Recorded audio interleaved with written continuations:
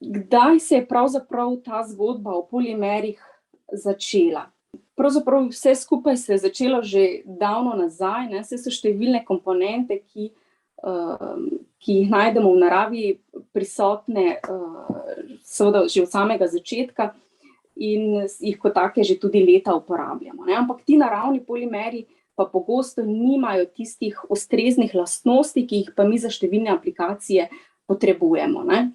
In ravno ta želja, da naredimo tak material, ki bo uporaben za točno določeno aplikacijo, je potem bila povod oziroma kot tista gonilna sila s številnim raziskovalcem, da so začeli raziskovati na tem področju, ne. In eden izmed prvih s pomembnimi rezultati tudi na tem področju je bil izumitelj Charles Goodyear, ki je poskušal izboljšati lastnosti naravnega kavčuka.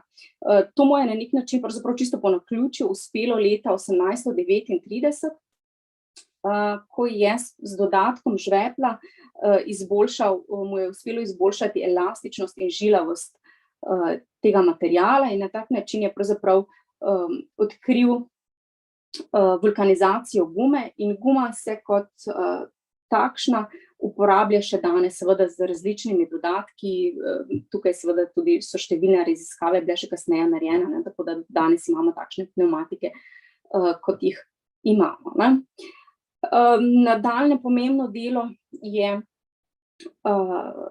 od Aleksandra Parkesa, ki je izdelal material za obdelavo celuloze z dušikovo kislino in v prisotnosti ustreznega topila. Ta material, ki ga je pripravil, je omogočal to, da dalo se ga oblikovati in izklesati oziroma pretvoriti v določene proizvode, kot so recimo gumbi, glavniki, okvirji za slike, ročaji za nože, ne.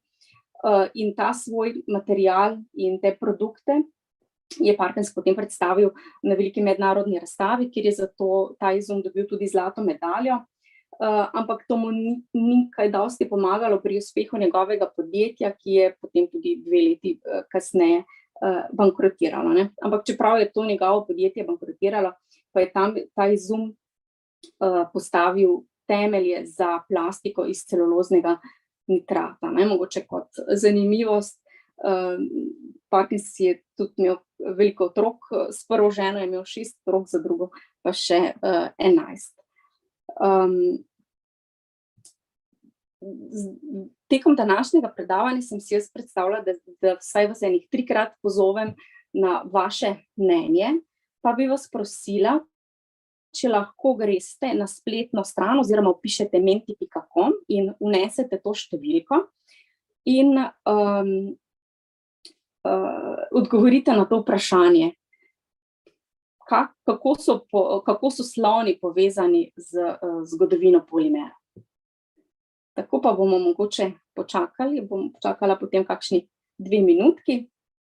Ja, zelo kar nekaj različnih odgovorov tukajle vidimo, ne, ampak nekako najbolj izstopajo oklji, koža, nohti, slonovina, ušesa, oči, podiranje dreves, oklji za biljardne krogle. Ja, no, bomo tekom nadaljevanja predavanja videli, kakšna pravzaprav je ta povezava. Tako da hvala vsem za vaše odgovore. Se pravi, bomo v nadaljevanju videli, kako je to povezano, ne. Se pravi, v začetku je bil biljard igra kraljev in plemičev, ne. V prvi polovici 19. stoletja pa je začel oziroma je postal popularen tudi med širšo populacijo.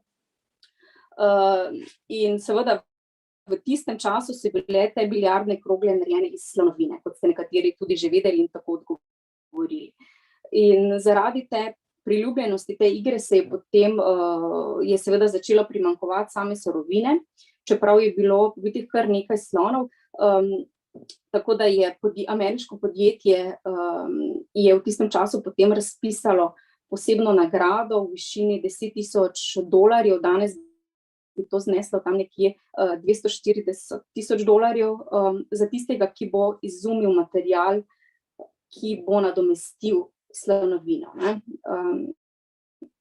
Bil je pa še en razlog za to, ne samo pomanjkanje samega materiala, ampak tudi to, da je slonovina je zelo nehomogen material, ne. In biljardne krogle, narejene iz slonovine, so zaradi tega imele neenakomerno površino in biljardni udarci so bili pogosto nenadzorovani, ne. To napako so poskušali obvladati na tak način, da so jo obdelali z nitrocelulozo oziroma s pomočjo nitroceluloze. Žal pa je ta nitroceluloza seveda eksplozivna in ob močnih udarcih povzroči, da pride do tega, da je ta premaz eksplodiral, ne, kar pa seveda je lahko povzročilo kar hitro nesoglasja dodatna še med igralci. Velik preboj na tem področju je nato uspel bratoma Hyde, ki sta zmešala nitrocelulozo in krafro. Rezultat je bil seveda trpežen termoplastičen material, ki sta ga poimenovala celuloid. In celuloid je pravzaprav prva komercialno uspešna plastika. Razen tega, da se je uporabljala za te biljardne krogle, se je uporabljala tudi za očala, ohišje, peres in podobno, ne. Ampak zaradi vsebnosti nitroceluloze so bili izdelki iz tega materiala gorljivi. Glede na to, da prihajam iz fakultete za tehnologijo polimerov, sta ta brata Hyde tudi pomembna zaradi tega, ker sta patentirala prvi stroj za brizganje plastičnih materialov. Nadaljnji pomemben na tem področju je George Eastman, ki je patentiral fotografski film. Gre za to, da je fotoobčutljivo plast nanesel na nosilec iz celuloida, ne. In ta material seveda se je uporabljal tudi za fotografske filme, ampak zaradi eksplozivnosti in gorljivosti so bili požari v kinodvoranah dokaj pogosti in bilo je tudi kar nekaj človeških žrtev, tako da so tudi na tem področju potem iskali alternativne rešitve in alternativo so našli v celuloznem acetatu, ki ga imate tukajle predstavljenega v tej mislim tukajle na desni strani. Ti materiali, ki sem jih sedaj omenjala, so dejansko polsintetični, ker osnovna surovina je torej bila vzeta iz narave in do določene mere obdelana, ne. Prvo sintetično plastiko pa je bila odkrita 1907. leta, odkril jo je Vauquelin, gre za belskega kemika, ki je tako imenovani bakelit sintetiziral iz fenola in formaldehida. In ta fenolformaldehidna smola je imela glavno prednost pred temi materiali, ki so bili do takrat razviti v tem, da je bila stabilna. Stabilna, ni prihajalo do takšnih nesreč več kot prej, in pa dodatno uspeh je bakelitu zagotovila njegova izjemna električna izolativnost, ne. Prav zaradi te lastnosti se je uporabljal in pa se še tudi danes uporablja v številnih aplikacijah. Nekaj primerov uporabe bakelita vidimo tukajle tudi na tehle slikah. Tako da lahko bi rekli, da je na nek način začetek industrije polimerov pripomogel tudi k temu, da so se zaščitile določene živali, predvsem tukajle seveda imamo v mislih zaščito slonov, ne. In pa po drugi strani pri tem lovu za slonovino je tudi kar nekaj lovcev izgubilo svoje življenja, tako da, ko so se razvili novi materiali, se je seveda vse to končalo.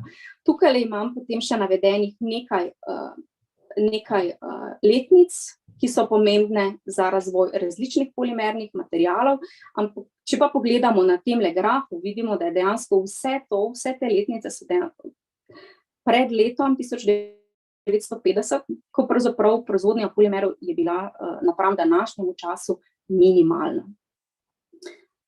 Vse do današnjih dni, ne, je ta proizvodnja polimernih materialov strmo naraščala in kot je že bilo prej rečeno,